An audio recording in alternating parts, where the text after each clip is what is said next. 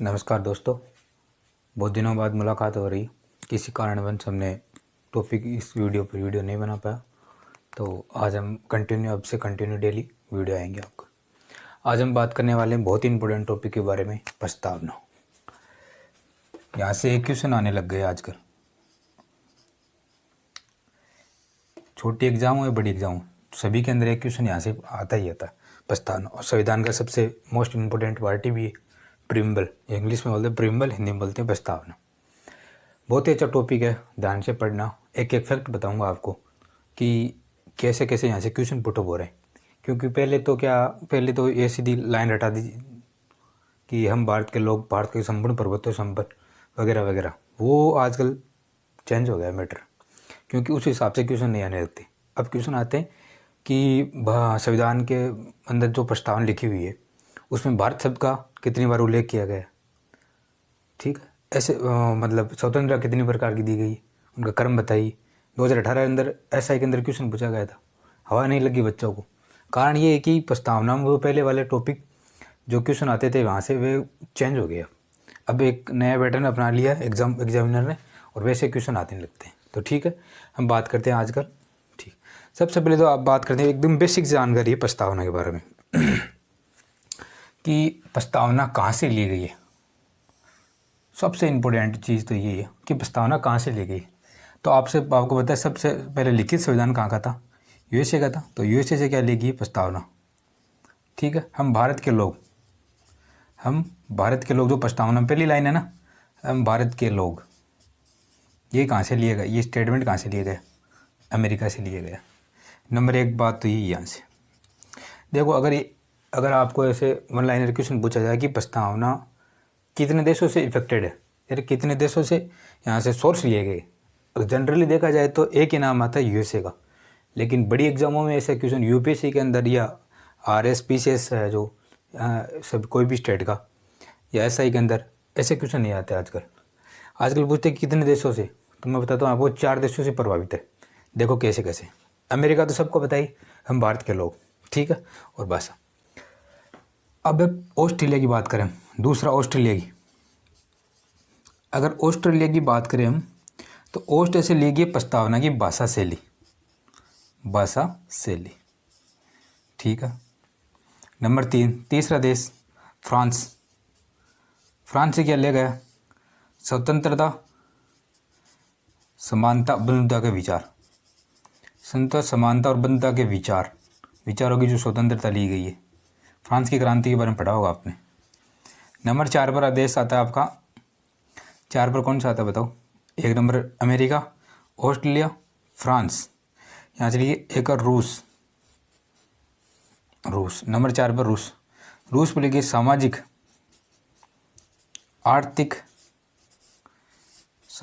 आर्थिक और राजनीतिक न्याय ली गई है। आप इन नोट्स बनाते जाए, मैं शॉर्ट के अंदर लिख रहा हूँ। ठीक है, तो 4 देश से प्रभावित देखो, अमेरिका, ऑस्ट्रेलिया, फ्रांस और रूस। फ्रांस से एक गणतंत्र शब्द भी लिया गया, आपको बताया। तो 4 देश से प्रभावित कौन कौन से, अमेरिका, ऑस्ट्रेलिया, फ्रांस और रूस, ये आप लिखते जाइए। ठीक है, आगे बात करते हैं। देखो क्या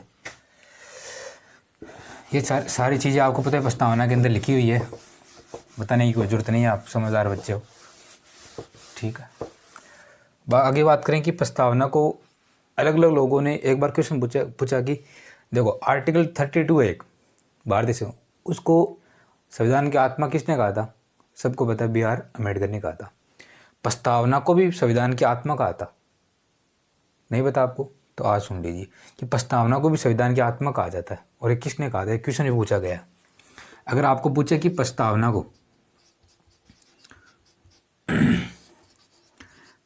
को संविधान की आत्मा किसने कहा था, तो मैं बता दूं आपको, ठाकुर दास भार्गव ने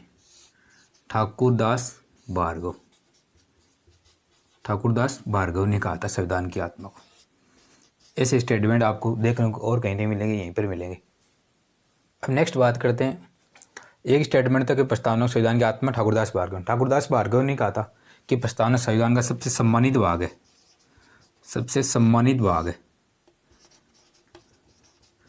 प्रस्तावना संविधान का सबसे सम्मानित भाग है। ये भी किसने कहा था, ठाकुरदास भार्गव ने कहा था। ठीक। नंबर 3 पर आके प्रस्तावना को दीर्घकालिक सपनों का विचार भी कहा जाता है। दीर्घकालिक सपनों का विचार, ड्रीम्स ऑफ,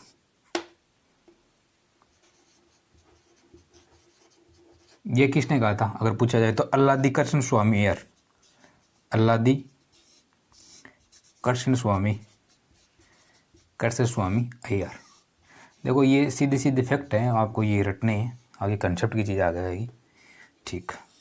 एक कहा जाता है संविधान को संविधान के अंदर प्रस्तावना कहा जाता है कुंजी नोट। प्रस्तावना को कहा जाता है संविधान की कुंजी नोट। अगर आपको ये भी पूछेंगे कुंजी नोट, ये भी क्वेश्चन आया हुआ है, तो ये कहा था अर्नेस्ट बारकर।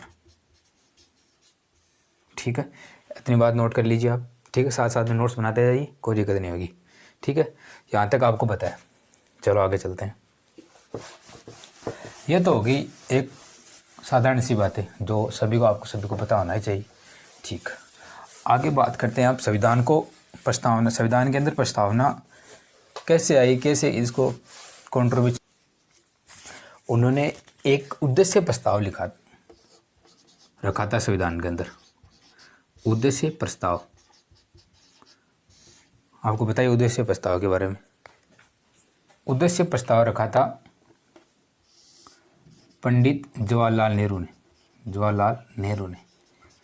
संविधान सभा के। और ये कब रखा था? 13 दिसंबर, अगर डेट पूछे तो आपको 13 दिसंबर 1946 को क्या रखा था? उद्देश्य प्रस्ताव।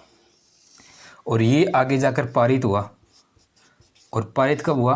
22 जनवरी 1947। और ये उद्देश्य प्रस्ताव आगे बन गई उद्देशिका, जिसको आज आप बोलते हो प्रस्तावना। ये उद्देशिका आगे जाकर बन गई, ये उद्देश्य प्रस्ताव आगे जाकर उद्देशिका बन गया, जिसको आप बोलते हो प्रस्तावना। दो तो ये डेट है, बहुत इंपॉर्टेंट है। अगर पूछे कि उद्देश्य प्रस्ताव कब रखा गया तो 13 दिसंबर 1946 को, और पारित कब? 22 जनवरी 1947 को, जो आगे चलकर उद्देशिका ये प्रस्तावना बन गई। रखा किसने? पंडित जवाहरलाल नेहरू ने। ठीक है, एक ये फैक्ट है, आपको ये सारे फैक्ट्स है आपको रटने हैं। ठीक है, आगे चलते हैं। आगे बात करें तो आपको पता है कि क्या संविधान में जो प्रस्तावना है उसको सुप्रीम कोर्ट के द्वारा चेंज किया जा सकता है? सोच के बताओ। देखो, इसके लिए आपको एक कंसेप्ट बताता हूँ मैं। कंसेप्ट तो क्या, इसके लिए वाद हुआ था, महत्वपूर्ण वाद हुए थे, उनके बारे में चर्चा करते हैं। आपको देखते जाइए कि क्या सुप्रीम कोर्ट कुछ कर सकता है क्या उसके अंदर, या नहीं कर सकता, या संसद कानून बनाकर प्रस्तावना को चेंज कर सकती है क्या? ठीक है, ये सारे आपको अगर विचार हैं तो बहुत ही अच्छे है, अगर नहीं आ रहे तो कंसंट्रेट करिए अपने आप पर। देखो, महत्वपूर्ण प्रस्तावना संबंधित अगर महत्वपूर्ण वाद की बात करें,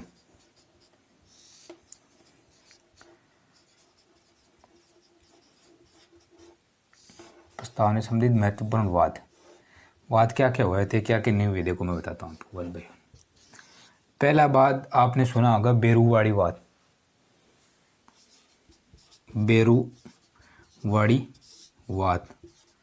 वर्सेज, या बनाम बोल दो भारत संघ।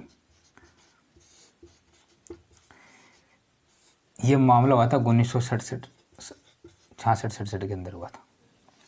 देखो, इसके अंदर हुआ क्या था कि इन बेरुवाड़ी वाद के अंदर हुआ था कि सुप्रीम कोर्ट ने ये मामला जो सुप्रीम कोर्ट में गया तो सुप्रीम कोर्ट ने एक बात कही प्रस्तावना को लेकर कि प्रस्तावना संविधान का भाग नहीं है। प्रस्तावना संविधान का भाग नहीं है, इसने बोला था कि इसने सुप्रीम कोर्ट ने कहा था कि प्रस्तावना संविधान का भाग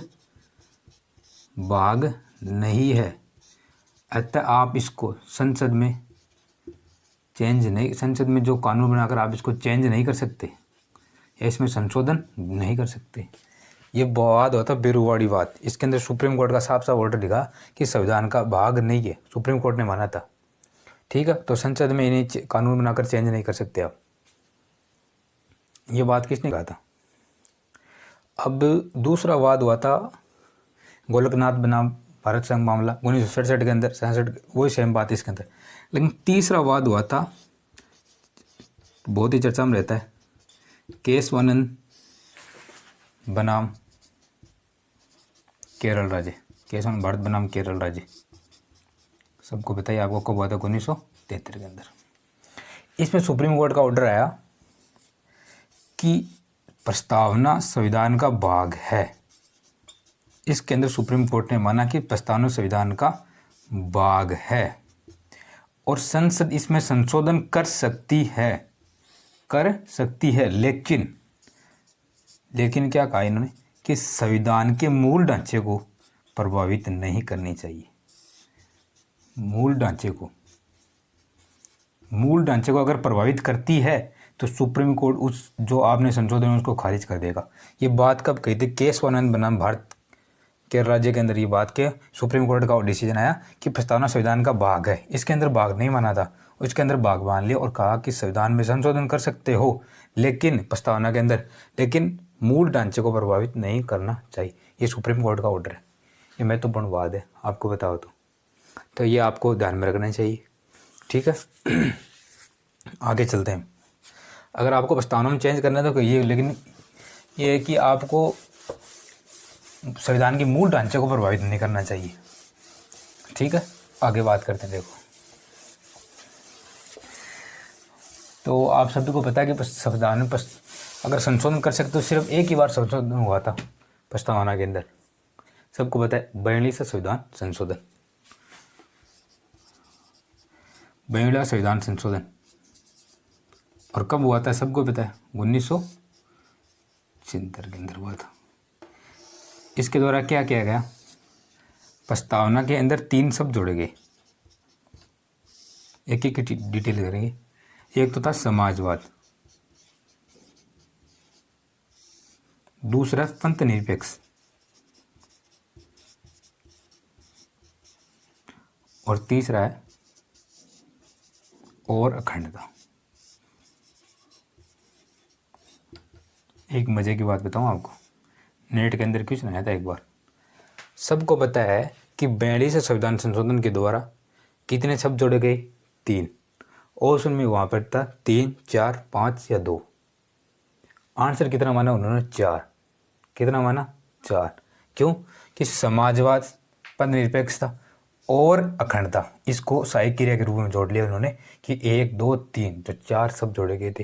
ये नेट के अंदर क्वेश्चन आया था, बड़ों बड़ों के दिमाग खोल दिए आपने। नेट के अंदर क्वेश्चन आए हुए देख लो, प्रस्तावना से ऐसे क्वेश्चन आते हैं। ठीक है, तो बात करते हैं समाजवाद के बारे में। आप मुझे बताओ कि समाजवाद होता है क्या? देखो, एक तो होता है समाजवाद, एक होता है साम्यवाद, एक होता है पूंजीवाद। नाम सुने होंगे आपने। इनमें क्या डिफरेंट है, कोई बता सकता है? अगर बता सकते हैं तो कमेंट के अंदर बताइए। देखो, मैं बता दूं समाजवाद क्या होता है और साम्यवाद की बात करें तो ये पूरी दुनिया में कहीं पर भी लागू नहीं है। सही बताऊं तो आपको पूरी दुनिया के अंदर कहीं पर भी साम्यवाद लागू नहीं है। समाजवाद आपको देखने को मिल सकता है, पूंजीवाद भी देखने को मिल सकता है, लेकिन साम्यवाद पूरी तरह से लागू नहीं है।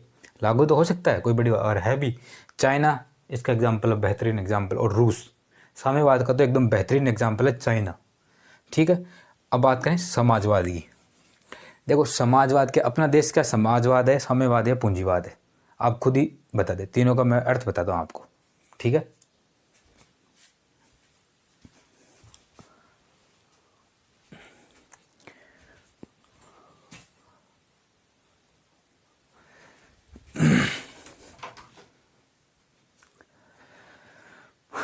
बात करें समाजवाद की। समाजवाद के अंदर है कि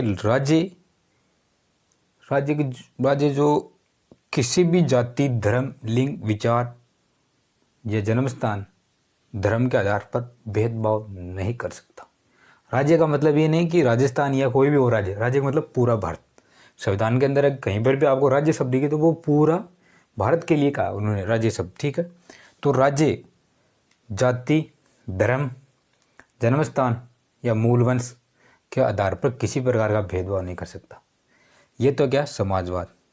ठीक है, और अगर इसकी बेहतरीन एग्जांपल दूं तो इसकी बढ़िया डेफिनेशन बताऊं तो उत्पादन और वितरण के संसाधनों पर, अगर और भी बेहतरीन एग्जांपल चाहिए तो उत्पादन तथा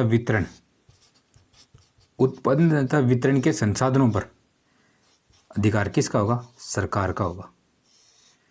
सरकार का। उत्पादन तथा वितरण के मतलब है कि राज्य के अंदर जो प्रत्यक्ष या अप्रत्यक्ष तरीके से रोजगार के जो साधन है, अगर आपको पूछे और ही बेहतरीन एग्जाम, जो प्रत्यक्ष या अप्रत्यक्ष तरीके से, प्रत्यक्ष या अप्रत्यक्ष तरीके से उत्पादन के जो रोजगार के साधन है, उस पर अधिकार किसका होगा? सरकार का। और सरकार का दायित्व होगा कि दो वर्गों के बीच में कोई प्रकार का भेदभाव नहीं होगा और सभी को समानता का अधिकार होगा। ये तो है समाजवाद।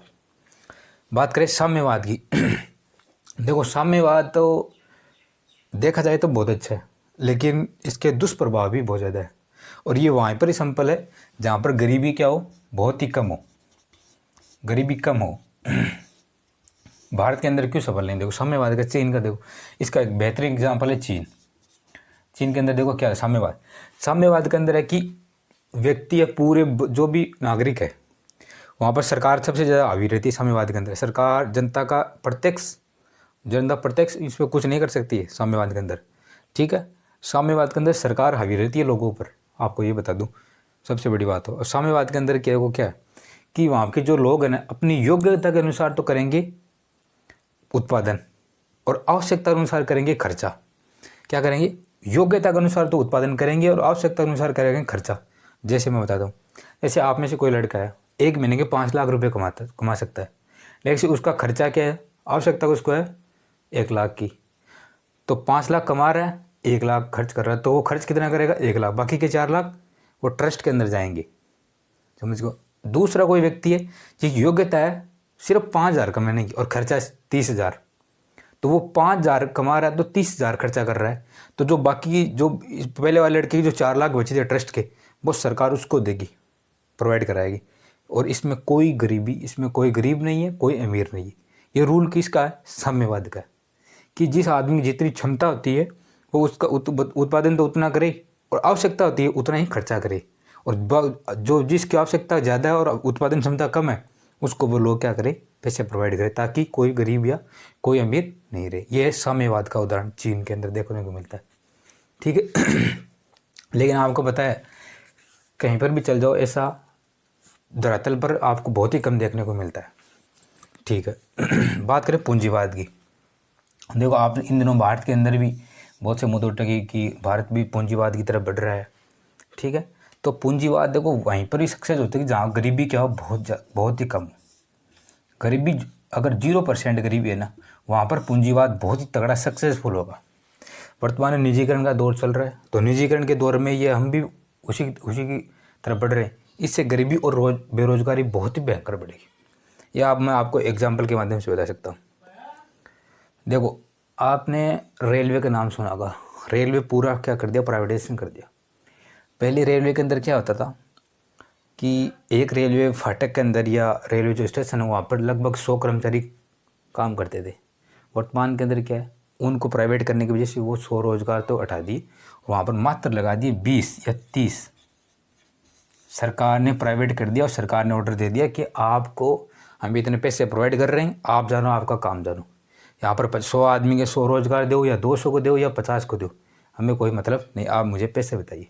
तो मुझे एक बताइए, अगर किसी भी प्राइवेट जो बिजनेस करता आदमी उसके पास ऐसा टेंडर आ जाए तो वो 100 आदमी को बिल्कुल नहीं रखेगा, वो 50 को या 20-30 को रखेगा और उसके जो प्रॉफिट बचेगा वो अपने आप प्रॉफिट करेगा। तो इससे क्या होगी?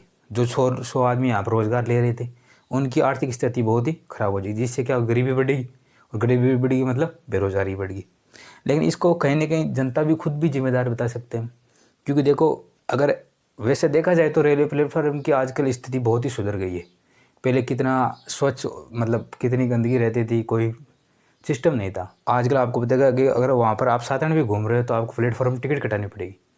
तो इसके कहीं ना कहीं जनता खुद भी जिम्मेदार है निजीकरण। लेकिन देखा जाए तो ये हमारे लिए सही नहीं है, क्योंकि इसमें भारत जैसे देश में ये सक्सेसफुल नहीं हो सकता। इसलिए मैं आपको बता रहा हूँ, बहुत ही चीज़ें प्राइवेटाइजेशन होगी है। जैसे आपकी बात करें तो ये बिजली विभाग अपना